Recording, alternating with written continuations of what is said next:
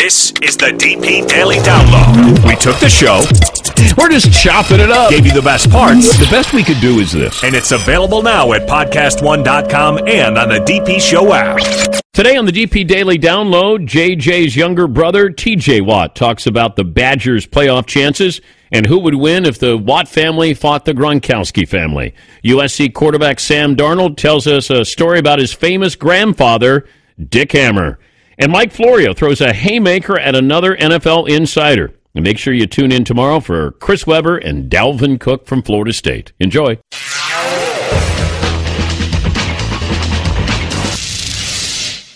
A couple of things to dive into. Oregon has fired its head coach, Mark Helfrich. You know what? You don't get that. You know, the window of opportunity is shrinking in college football. Because if you have a bad year, like a really bad year, then you leave yourself vulnerable. Now, 7-5, 8-4, you're okay. If you start to dip lower than that, you're in trouble, unless you have a pretty good resume there. It's like Brian Kelly at Notre Dame. He's earned another year. Absolutely.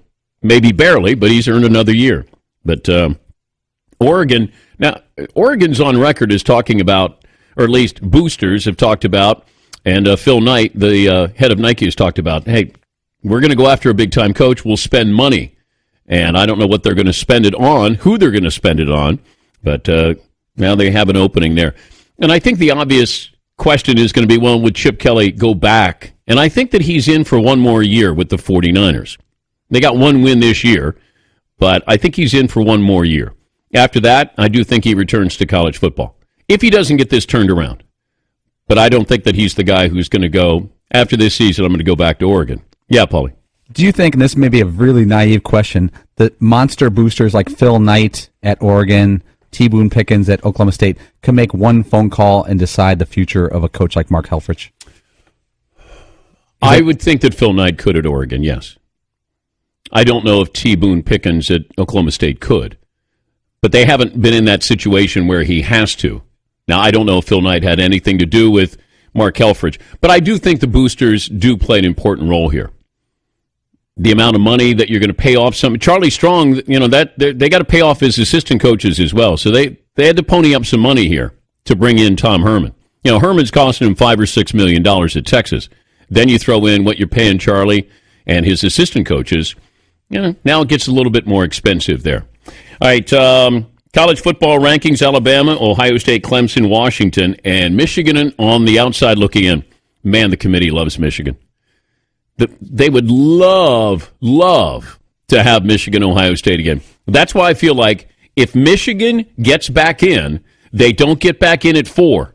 You have to have them at 3 so they can play Ohio State again. Michigan either is not going to get in, or if they get in, it feels like they're going to be 3rd, because you want to have that rematch there. I know it's supposed to be your resume, what you do on the field. I still factor in, it's a reality show. This is about ratings as well, whether they want to admit that or not. Washington, Michigan, Wisconsin, and Penn State. And the fact that Michigan has beaten these teams, including Colorado, that's where I think the committee is just waiting. And they don't have another game. Michigan doesn't have another game. Ohio State doesn't. But Wisconsin does. Now, Wisconsin versus Penn State and margin of victory. How important is that going to be? Can either one of these teams blow out the opposition? And if you do, is that enough for you to jump back in? And what about Washington winning the Pac-12? Can they sneak back in? Stay in. It just feels like they're hoping for a surprise in the Pac-12 so you can put Michigan back in there. Tiger is making his season debut. The New York Times with the misleading headline, Tiger Woods is back. Well, he's playing. Somebody named Tiger Woods is playing, but Tiger Woods is not back. If he plays 4 rounds, okay, then maybe he's back, at least back playing competitive golf. I don't even, and I'm wondering, what would be a great week or weekend for Tiger Woods? If I said a great weekend, now, something impossible that he wins, but what would be a great weekend? You make the cut? I mean, I would start with making the cut would be a very good weekend for Tiger. or top 10 is a great weekend for Tiger Woods. Because he's talked about how he couldn't get out of bed. The reports that we had, how many months ago, that he was in terrible pain and, he couldn't swing a golf club. Remember, Robert Lusetich came on, the golf writer, and he said, I'm hearing this going on with Tiger Woods. Remember how this all played out? And then Tiger put out a video of him hitting a 9-iron on his golf simulator. And I was told then after the fact, Tiger was in so much pain after hitting the 9-iron. He hit 2 9-irons, but Robert Lusetich said he's not able to play right now. He's in a lot of pain. Tiger finally acknowledged that. He said, there are times I had a hard time getting out of bed. And now he's going to play, and he's playing in his charity event. Good for him. He's going to be able to play. Hopefully he has a fun round of golf. Fun couple of rounds of golf. It'll be great. Great to watch it. Yeah, Paulie. Dan, Robert Lusetich, the golf writer, was on our show February 22nd, 2016, and inferred that Tiger Woods had trouble getting in and out of a car, and he said, I don't think Tiger Woods plays competitive. I could see a scenario where he doesn't play competitive golf this entire season. Yeah. And immediately there was a video posted, and Tiger's people said, hey, why are you listening to this guy? We got backlash from them. Yes. Like, how could you have this guy on? And I went, well, it turns out he's right. And then I was told by somebody else who told me what happened after the video was taken, where he was hitting a couple of 2 9-irons there. But I want him to do well. I'd love to see him back. I don't know how long he's going to play. I think we forget just what he meant, how great he was. And what's he have, 79 wins on tour? It's mind-boggling what he did, how he did it, for as long as he did it. Here is Tiger on his golf ranking in the world. What's on your plate for 2017? One of my biggest goals, I think, is to try and get into the top 1,000 in the world rankings.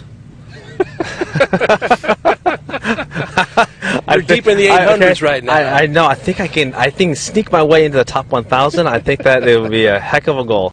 I like that. A little sense of humor from Tiger there. He admits that he's nervous, but I think he's been nervous before. I like when he said he was vulnerable. When he felt vulnerable, that's when I thought he was opening the door and giving a little bit of insight there of what he's been going through. And this hasn't been fun. But I do think he's tried to keep his brand up and try to keep it powerful of, I'm coming back. I want to play competitive golf. I still have that opportunity to be a great golfer. I don't know if he does. I think it's long, long odds because these young guys, they're not afraid of Tiger anymore. Because it used to be his contemporaries, they folded, they crumbled. But that's circa 2007. The last time he won was 2007, his last major. These young guys, they're not afraid. I mean, they're half the age. They're like, okay, hey, Tiger, good to see you, man. As they blow it by him by 30 yards. They're not afraid. And the thing that Tiger did, any putt inside 6 feet, he made. I mean, he was just a machine. And people rarely talked about his putting. That's really what made him so great and fearless. And people feared him because if it was close, he was winning. Now I don't think that they're concerned about that at all. And I hope that he's able to be a top 50 golfer, a top 100 golfer. Just be in the conversation. To me, that would be great. Yes, Seton. This weekend, there's only 18 players. Yeah. And there's no cut. No. He's got to finish top 5. Yes. For it to be a good weekend? Yeah. Guaranteed top 20 finish, though. Yeah. Guaranteed. Okay. 10 years ago. Now there's he's odds. in double digits. Yuck. Can he play all 4 rounds? Will he play all 4 rounds? That's another thing. But just to see him do even top 10, I'll take top 10 for him out of 18. Just play 4 rounds, be competitive. That would be great. I'll accept that. Yes, Seton. Right. I want him to be great. I don't like watching great players not be amazing. You know? Yep. Yeah, McLevin. That's a warrior to get through 4 rounds of golf. Wow. Well, the way he plays it is, knucklehead. But even the way, I mean, come on. I've seen 87-year-olds get through 4 rounds of golf. Come on, Tiger. He doesn't play like an 87-year-old. He may walk like one, may feel like one occasionally. I look at some of the other guys on the tour, and they are not exactly fit athletes. Don't go down this road. Don't go down this road. You don't even play the sport. You think that he's adding a little bit of drama to this whole thing, maybe? He could. He could offer a softer landing for himself by talking about how he's been banged up. I'm assuming after all these surgeries that there's probably some aftershocks there, that he's going to be struggling to get through 4 rounds, competitive rounds, playing well. It's not the Masters, but I do think that there will be concerns about, can he hold up for 4 rounds? Can he be competitive for 4 rounds? You see 87-year-old man out there. Snark. Mean. Yes, It does feel kind of bad, though, when you play a round of golf and you're like, man, I'm beat. Like, what? Yeah. Why am I tired right now? Like, what? Why am I tired? I just played golf for 3 hours. Yeah. Yes, Paul. I'll tell you, 10 years ago, none of us would have made these jokes about Tiger Woods. Someone at Nike would have taken us off the air. One of his agents would have pulled our show. Phil Knight would have bought the show. Yeah, and seen executed. All right, we'll get a poll question here. We'll talk. I got a warm take about the Cowboys. It's a warm take. It may get a little toasty in here, though. It may get hot in here with my Cowboys take. I'll have that for you coming out. I just got Skip Bayless's attention. I can guarantee you that. What? You're talking Cowboys? All right, we'll have a poll question coming up. By the way, hi, Skip. I'm Shannon. They like to watch right before they go on the air.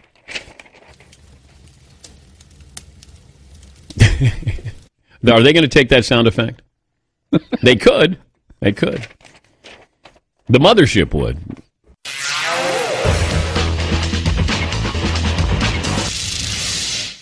Speaking of the Watt family, he's T.J. Watt, the Wisconsin Badgers linebacker. I think it's been 9 consecutive years that there's been at least one Watt with the Badgers. T.J. joins us now. T.J., good morning. How are you?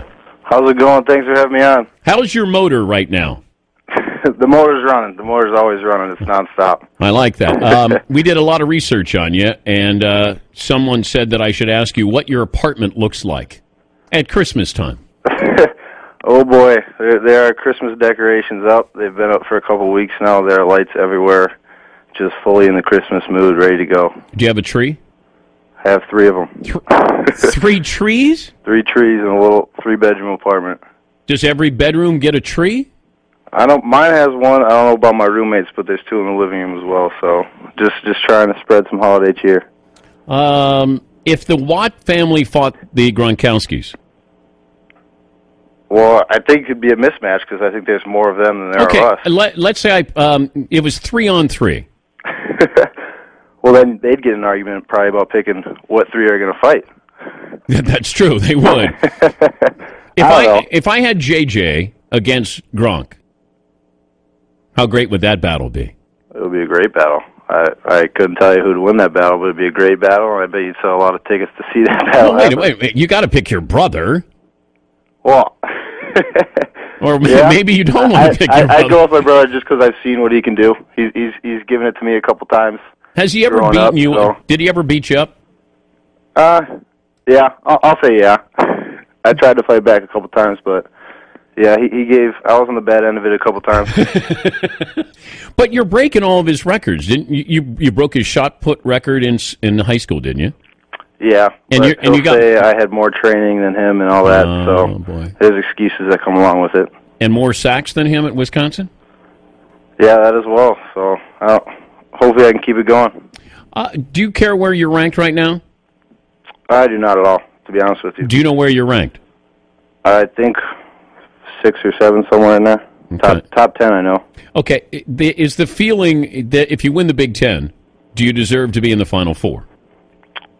I don't know. And the thing is, I don't think, in all honesty, as cliche as it sounds, I don't think we're thinking about it because it's in the committee's hands 100%, and no matter what we do, we just have to take care of business this weekend and let the rest kind of take care of itself. Best team you've played this year?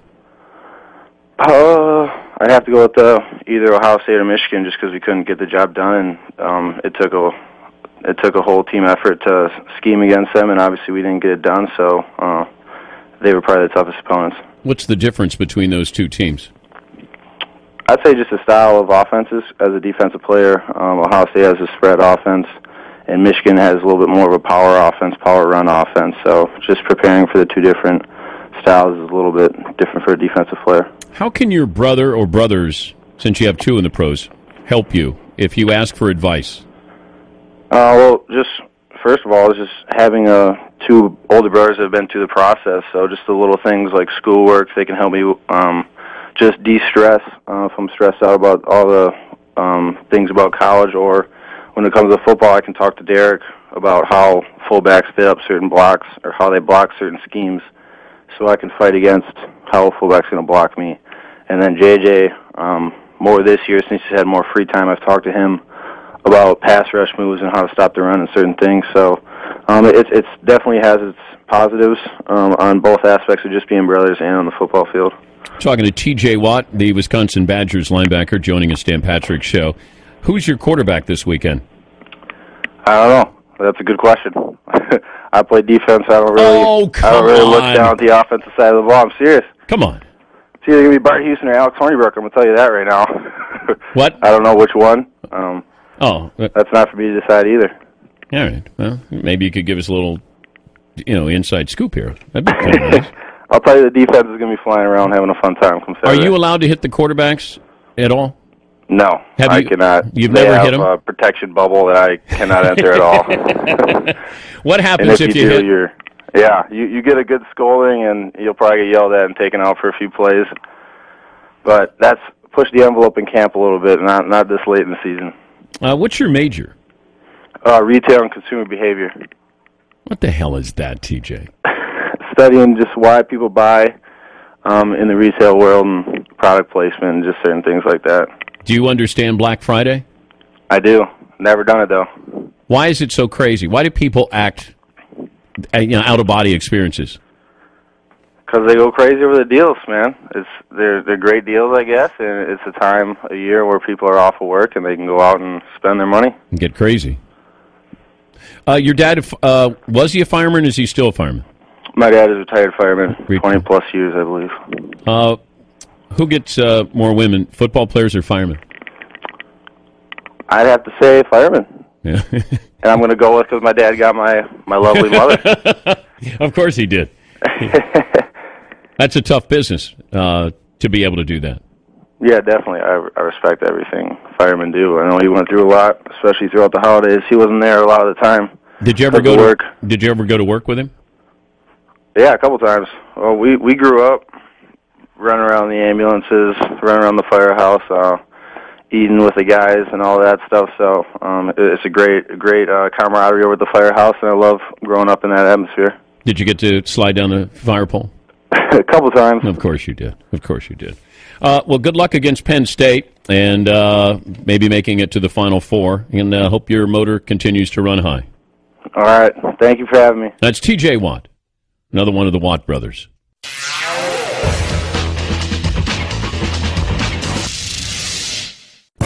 What do you believe? Would you have had the courage of Muhammad Ali to take on the government based on principle? Or could you find the resolve of Tommy Smith and John Carlos and raise your fist in defiance? Would you have been tough enough to hold your sisters down like Billie Jean King? I'm Chris Webber. Join me every Tuesday on my podcast, Fearless or Insane. We'll discuss sport, athletes, and their impact on society, politics, and culture. Download on Podcast One, podcast1.com, and iTunes.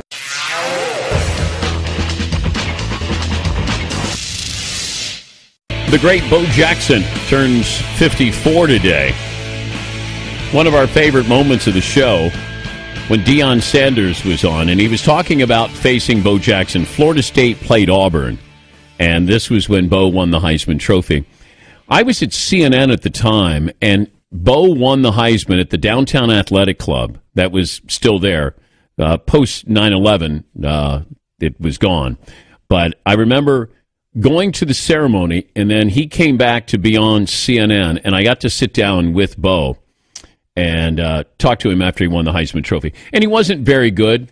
His personality and his speech, which he has developed greatly since then, but he was just awesome. He was just so much fun listening to him, because he wasn't bragging when he was talking about himself, but you couldn't help but think that he was bragging about himself, but he just spoke because he was Bo Jackson. Dion talking about Bo Jackson on the show. When I played for Florida State as a freshman, true story, Bo was at Auburn. Back in the backfield with Brent Fullwood, probably the best tandem of running backs I've ever seen in college. These guys are unbelievable. And, you heard of Bo Jackson, so you were kind of in awe as a young collegiate. I'm 17 years old playing Florida State, 18 at the time, just turned 18. Bo goes behind the huddle in Auburn and throws his hands up as if he was signifying the crowd to get it up. They start cheering and applauding, and I was playing left corner. Bo got a sweep to his left, away from me, and hit it. I mean, hit it, and he was gone. I came out of nowhere because I could fly. Came and got him, ran up on him like it was no other. With his right arm, he extended it, placed it on my helmet like as if he was praying for me, palming my helmet, and stiffed me down and kept going into the end zone like I wasn't even there. That was my Bo Jackson moment. We have the video of that, too. Yeah, Paulie. If you remember, we went down to Auburn, and you interviewed Bo Jackson on that SI tour. Yeah. And you asked Bo Jackson who was faster, him or Deion Sanders, when they were in college. And Bo paused. And there's like 4,000 people. And Bo goes, I could beat Deion Sanders any day of the week, and I was 50 pounds heavier than him. And the whole place just went crazy. Yeah. Yeah, pretty incredible athlete. And had he been able to stick with, had he stayed with baseball, he probably would have been a Hall of Famer, with those talents, because he could run, he could throw, certainly had power. Yeah, Paulie. But isn't Bo Jackson kind of like a rock star who dies too early? Like, he left us wanting so much more. It increases his legacy and his legend that he didn't become a Hall of Famer in either, and you're left wanting to know what he would have done in either. Yeah, I see what you're saying. Because any two-sport athlete, you immediately compare them to Bo Jackson. And that's not a fair comparison. Dion tried to play baseball. I mean, he played in the majors, and he was very good in both.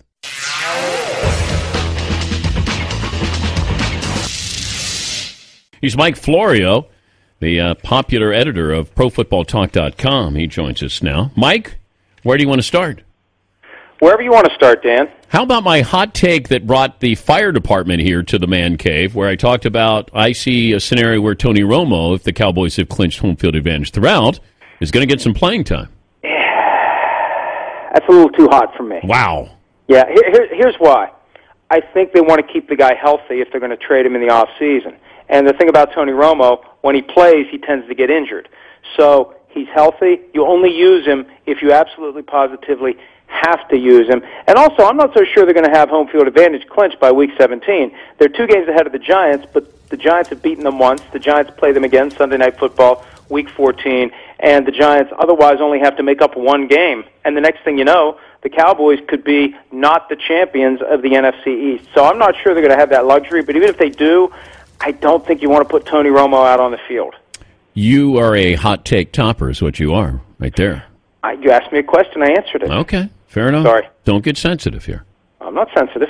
Feels like that. I'm sensitive about being sensitive. Oh, no, wait, that's the quarterback of a certain team. Oh, will you stop? Everything's good with Aaron Rodgers now, right? Oh, hey, they're going to win the division. People think I'm crazy for saying that, and there's plenty of evidence that I am, but even though the Packers are 2 games behind the Lions, they've already beaten the Lions, and the Lions have a very tough schedule coming up. They play at New Orleans, at the Giants, at the Cowboys. All the Packers have to do, Dan, is make up 1 game over the next 4 weeks, and Week 17 is winner-take-all NFC North playoff play-in game, probably the game that we'll have on Sunday Night Football, because, the NFL likes to have that game that is a postseason game, a de facto playoff game, and people think it's nuts because the Lions are 7-4 and they're winning all these games, and the Packers stink. The Packers got it together on Monday night, and if they keep it together, I think they're going to win that division. Would you be willing to spin the wheel of punishment on this program if the Cowboys don't win the division? No, I'm not, no. Oh, okay. No, God, no. I've seen the outcome of the wheel of punishment. There better be something damn good on the upside for me to risk the wheel of punishment. The NFL in London, are they changing the starting time of that game in London from 9:30 till 1 o'clock? Well, the Wall Street Journal reported yesterday that they are, and the NFL has yet to come out and say that it's incorrect, so I'm assuming that they are ditching that extra window that makes for 14-hour days of football 3 times a year. And if it was drawing big ratings, then they would keep doing it. They love it, Dan, because it puts NFL games live in prime time in Asia. So that's one of the benefits of playing the game at 9:30 a.m. Eastern Time. But how ludicrous it is to have a game that starts involving the Rams at 6:30 a.m. Los Angeles time. So those London games are going to get subsumed back within the early window. That's the report from the Wall Street Journal. The NFL's yet to debunk it. So it looks like that's what's going to happen. And I think that was leaked yesterday because probably today, and if not today, very soon the NFL will announce the 3 games to be played next year in London. And then we have Thursday night on NBC where it's the Vikings and the Cowboys. It was Joe Flint from the Wall Street Journal who had that report yesterday. The future of Thursday night football is what?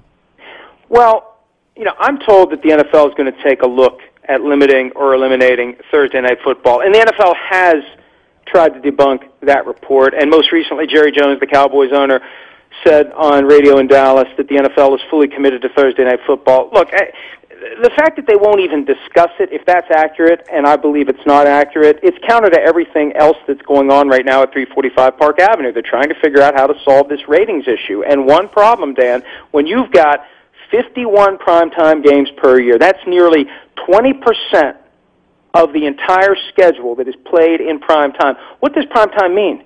It means prime, not the Browns, not the Jaguars, all due respect, not the bad teams. It can't be bad teams in prime time. People aren't going to tune in for bad teams in prime time. They'll tune in for good teams in prime time. The problem is you can't fill a supply of Thursday night football every single week with all of the good teams because it's unfair to play on Sunday and then turn around and play on Thursday. So that effort to keep it fair for all 32 teams means every team plays a short week game once per year, which means teams that shouldn't be in prime time are in prime time. And at some point, the NFL has got to figure that out. You can't expect people to tune in big numbers to watch teams that don't belong in primetime. Rodney Harrison made the point a couple of weeks ago. It used to be you had to earn a primetime game. The NFL needs to get back to that point if it wants huge audiences. The audiences are smart enough now to not tune in at nighttime to watch a game that isn't worthy of a large audience tuning in. I gave you a hot take. You returned serve there. You ready for a cold take? I'll take whatever take you want to give me. Paulie, give Mike Florio your cold take. Oh, boy, Mike's going to tear this up.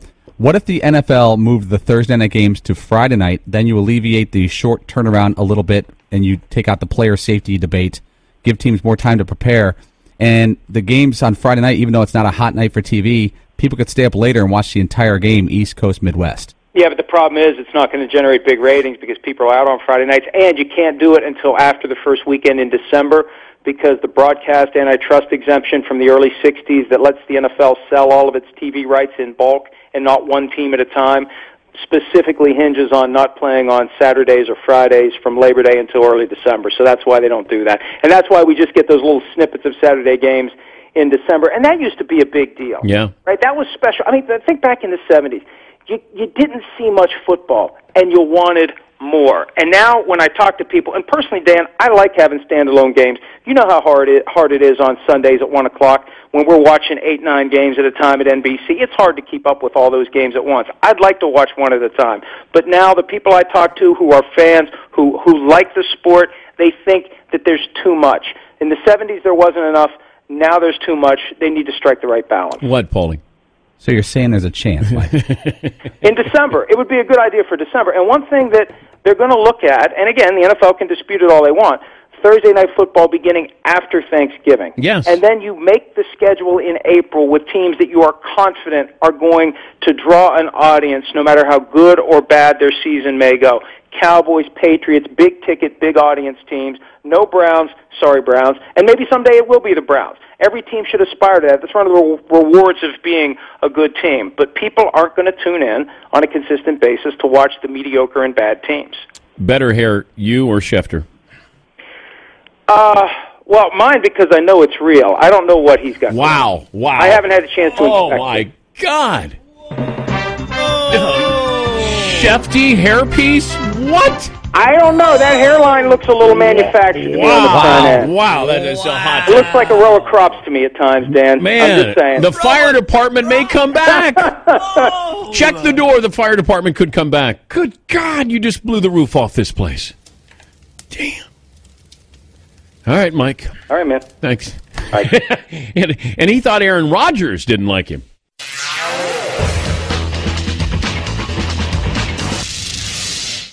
Been keeping an eye on the USC Trojans after the Utah loss, and then I started watching full games there, and I realized they had way too much talent to not be one of the best teams in the country. And since then, they've been great.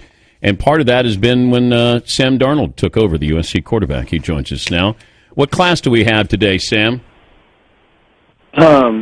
We have a couple classes. We have a couple just normal comm classes. I'm a communication major. So I got a couple of those normal classes and then some tutoring. Can I help you at all with your major, since I am, somebody who's been in this business a long time? Yeah, I'm sure you could. What kind of questions do you have for me, Sam?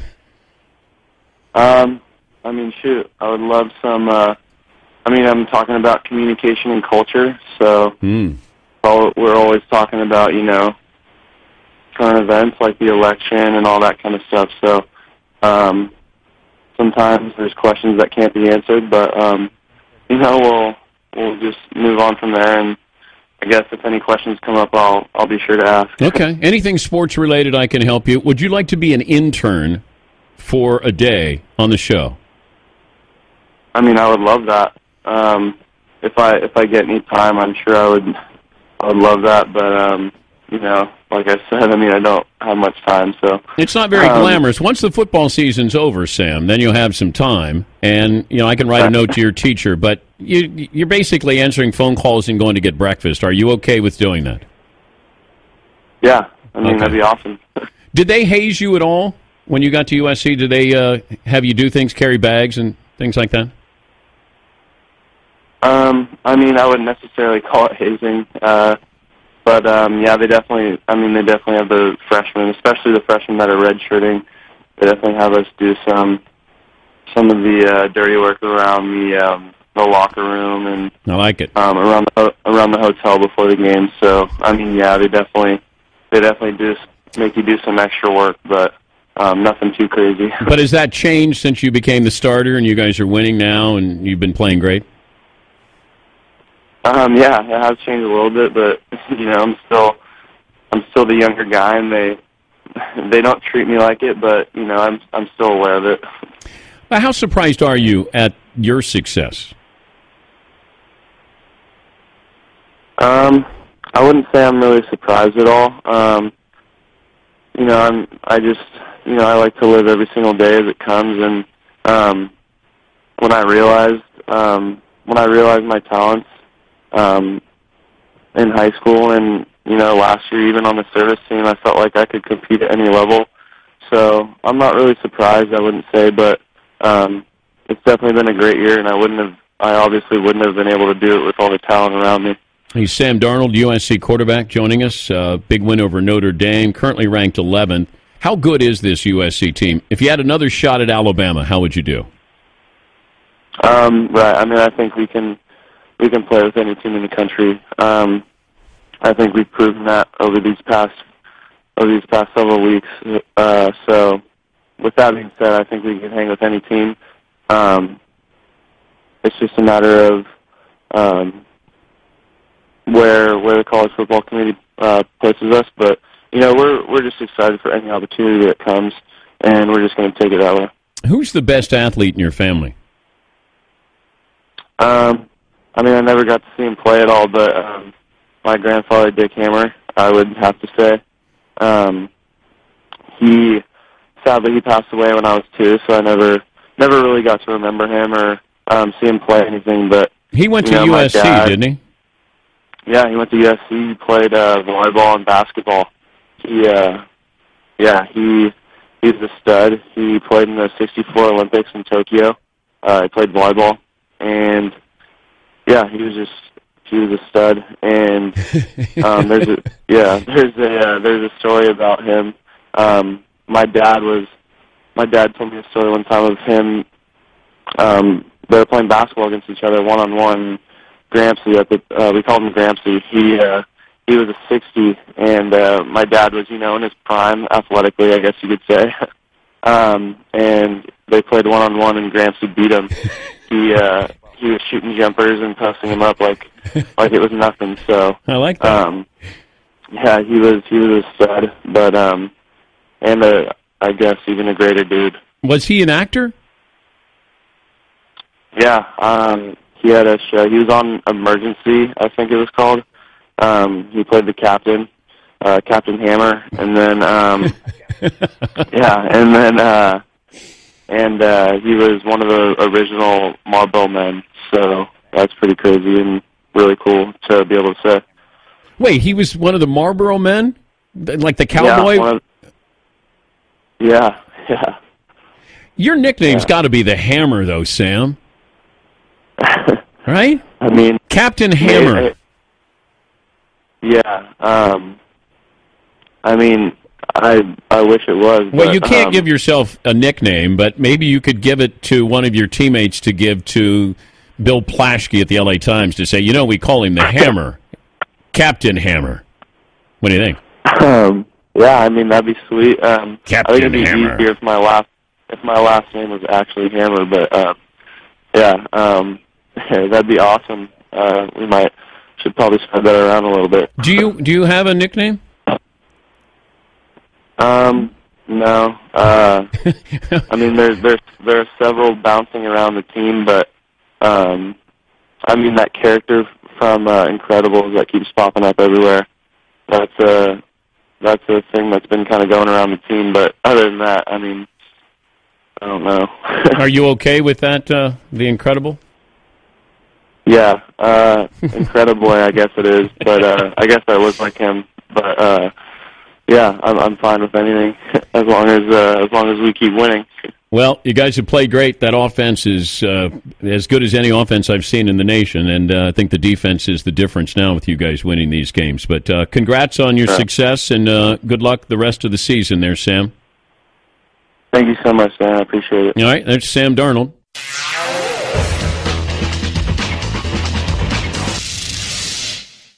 Stay tuned for 60-second AP News headlines. At Great Clips, we have clip notes. Notes that tell stylists exactly what you like every time. Because if you don't get your great haircut every time, unexpected things might happen to you. Without your haircut, your dog might mistake you as an intruder. Bobo, it's me. Bobo, ow! Ow! You might get put in a police lineup. It's him! No, it's not me! Avoid all the unexpected things that might happen to you with the wrong haircut. Go to Great Clips because they use clip notes. Notes that tell stylists exactly what you like. Great Clips. It's gonna be great. AP Update. I'm Rita Foley. President-elect Donald Trump is likely setting up a battle with Washington by his choice of Rex Tillerson as Secretary of State. Tillerson is the CEO of ExxonMobil. AP White House correspondent Mark Smith on this morning's announcement. Announcing the choice in a written statement, the president-elect calls Tillerson the embodiment of the American dream and among the most accomplished business leaders and deal makers in the world. However, Tillerson's choice in the midst of a furor over allegations of Russian hacking to sway the election likely sets up a major confirmation battle. Tillerson has close ties to Russia, and that's causing some lawmakers of both parties to ask whether he's the right person for the job. In an accompanying statement this morning, Tillerson said he's honored by his selection and shares Trump's vision for restoring the credibility of the United States. The president-elect also considered Mitt Romney for the job, who says it was an honor to be considered. I'm Rita Foley.